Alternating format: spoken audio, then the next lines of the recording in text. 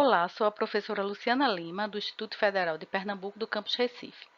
Hoje a aula será sobre atuadores pneumáticos. Os atuadores pneumáticos são considerados como elementos de trabalho de um circuito pneumático. Uma explicação bem simples é que os atuadores pneumáticos, eles realizam a atividade, como a atividade do operador. Então, atividades como empurrar, como levantar cargas e outras mais num processo industrial. Então, quando a haste do atuador ela faz um movimento de avanço e de recuo, então é realizado uma atividade, então um trabalho. Aqui nós temos um cilindro pneumático, que é considerado como um atuador, classificado como um atuador linear de dupla ação. Cilindro, algumas vezes também eles são chamados, são conhecidos, porque ele tem a forma de um cilindro. Essa forma aqui, não é? Essa caixa aqui, também chamado de camisa. Então, quando essa haste, ela faz o movimento de avanço ou de recuo, então vai ser realizado uma atividade. Aqui são os orifícios de entrada do ar comprimido. Aqui dentro da camisa temos o êmbolo, onde ele separa a câmara dianteira da câmara traseira. Os atuadores pneumáticos, eles também são classificados de acordo com o seu tipo de movimentos. Então, temos os movimentos rotativos, que é para atuação de válvulas de processo, e os mais conhecidos, movimentos retos, são os movimentos lineares, ou seja, existe a conversão da energia do ar comprimido em um movimento linear. Então, os atuadores lineares, eles podem ser classificados com base no seu funcionamento, de simples efeito, também chamado de simples ação, de duplo efeito ou de dupla ação. E os atuadores lineares também, eles podem ser classificados com base nas suas características de construção. Então, são do tipo com pistão, com haste passante, duplex contínuos, duplex geminados, sem haste e eixos lineares. Vamos ver cada um tipo desses separadamente. O cilindro de simples efeito. Então, ele fornece um movimento linear em um só sentido. Então, aqui temos uma configuração e aqui a simbologia de um cilindro de simples efeito. Então, apenas um lado do atuador, ele vai ser movimentado pela ação da força do ar comprimido. E o outro lado, existe uma mola, né? Então, essa mola, nesse momento aqui, vamos supor, a entrada do ar comprimido neste orifício. Então, a força do ar comprimido empurra este êmbolo com a haste, e a haste tem um movimento de avanço. Então, a mola é comprimida.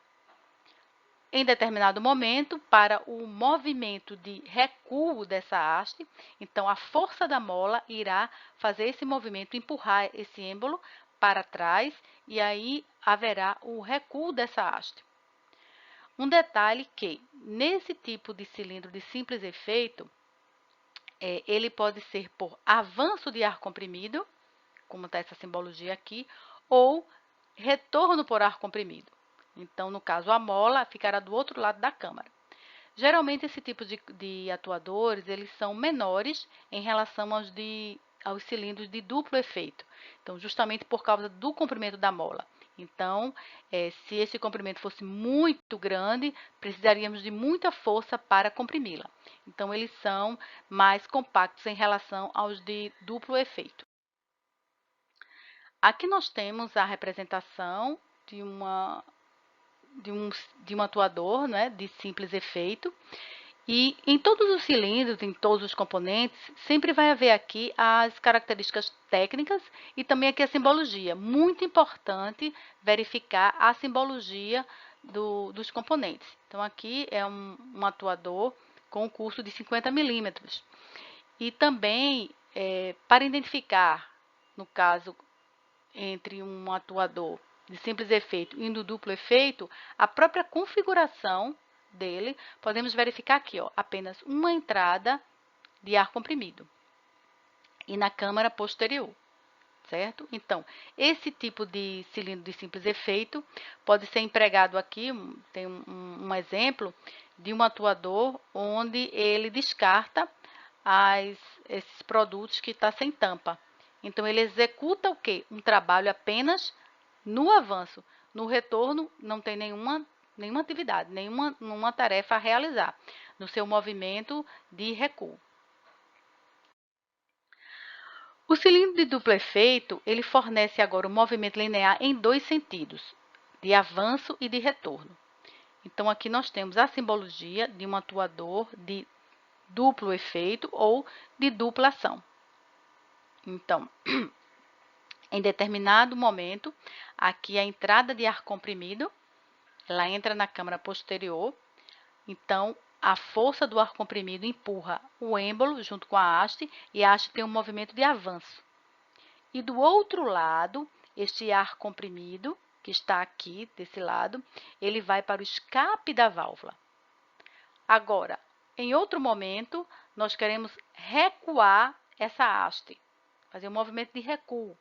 Então, o ar comprimido agora vai ser direcionado por esse orifício para a câmara anterior e o ar comprimido que está aqui, ele vai para o escape. E a força do ar, ele vai retornar. Então, se observarmos aqui, temos aqui uma força de avanço e de retorno diferenciado, né? Eles são diferentes porque pressão igual a força sobre área, aplicado aqui, nós temos que essa área aqui é menor, porque tem a área daqui da haste, nessa câmara. Então, por isso que as forças do movimento de avanço e de retorno, elas são diferentes. Aqui temos uma aplicação, duas aplicações de um cilindro de duplo efeito, onde ele realiza tanto no avanço como no recuo algum tipo de movimento. Então, nesse exemplo aqui, nós temos que no avanço, esse seixo aqui ele é baixado nesse banho de óleo para uma determinada atividade e depois, em determinado momento, ele precisa sair e aí ele é puxado também pelo mesmo atuador. Então, tanto no avanço como no retorno, ele realiza um trabalho. Então, ele é classificado como um cilindro de duplo efeito. E aqui ao lado, nesta figura, nós temos aqui, verificando aqui a simbologia também, e também aqui, né, na construção, como eu falei, no de simples ação, ele tinha apenas um orifício para a entrada do ar comprimido. Aqui nós temos dois orifícios, aqui essa parte aqui em laranja desse atuador. Então, um atuador de duplo efeito, dupla ação ou cilindro de duplo efeito, também conhecido. O cilindro de duplo efeito, ele pode ter cilindros sem amortecimento e o amortecimento fixo também. Então, esse amortecimento, ele reduz progressivamente a velocidade da haste na parte final dos movimentos. Então, nós temos aqui a simbologia de um atuador de duplo efeito sem amortecimento. E aqui, no êmbolo, né, estão colocados anéis de amortecimento e aqui a simbologia do amortecimento fixo desse tipo de atuador. O cilindro de haste passante, ele é um cilindro de duplo efeito com duas hastes contrapostas, separadas no meio por um êmbolo. Então, claramente, enquanto a haste de um lado avança, a outra recua. Então, aqui, nesse exemplo aqui, nessa figura, temos que o ar comprimido ele entra nesse orifício e aí essa haste ele empurra o êmbolo, que é um êmbolo só para as duas hastes. Então, essa haste ela recua, enquanto essa aqui ela avança. Então, esse lado todinho ele faz esse movimento. E aqui, esse ar que está aqui, ele vai para o escape. Então, Em outro momento, aqui o ar comprimido entra nessa câmara, então empurra todo esse conjunto para o lado direito. Então agora, nesse movimento, essa haste da direita, ela está fazendo esse movimento. Então aqui é a simbologia desse cilindro de haste passante. Um detalhe em relação a esse cilindro de haste passante é que as áreas do êmbolo de avanço e de retorno, eles são exatamente iguais. Então, por isso, a força de avanço e retorno desse tipo de cilindro ela é igual. Então, ele possui ainda a capacidade muito maior de suportar as solicitações mecânicas no avanço, em comparação com os cilindros de simples efeito e o de duplo efeito. O cilindro linear duplex contínuo também são chamados de cilindros de tipo tandem. Então, eles são dois cilindros de duplo efeito, que são montados em série, com uma haste e o êmbolo anterior acoplados à haste e ao êmbolo sucessivo. Então, eles têm um cabeçote intermediário, podemos ver aqui nessa figura, os dois cilindros de dupla ação, com uma haste e os dois êmbolos. Aqui na simbologia também podemos verificar bem essa configuração desse ar. E percebemos aqui que as entradas de ar comprimido elas são independentes. Então, são dois cilindros de dupla ação em série, numa mesma camisa, separadas por esse cabeçote intermediário.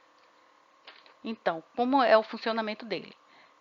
Temos aqui a entrada de ar comprimido, ela pode ser inserida aqui simultaneamente nas duas câmaras, então no sentido de avanço dessa haste,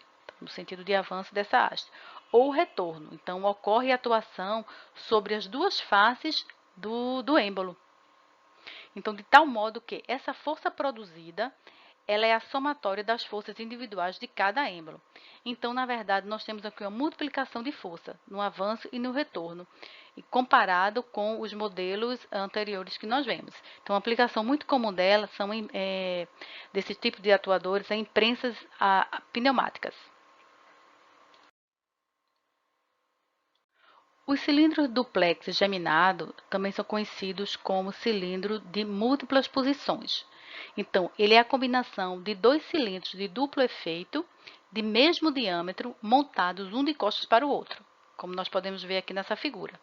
Então, temos aqui dois cilindros montados um de costas para o outro. Então, eles têm movimentos independentes e as posições são obtidas em função da combinação entre as entradas de ar comprimido e os cursos correspondentes. Então, quando nós temos cilindro de cursos iguais, o que significa cilindros de cursos iguais?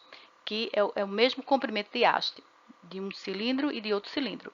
Aqui são cilindros de curso diferente. Então, aqui é menor essa haste, tem um comprimento menor do que essa outra haste. Então, para cilindros de cursos diferentes, nós temos 4 posições ou mais. Para cilindro de cursos iguais, nós temos 3 posições.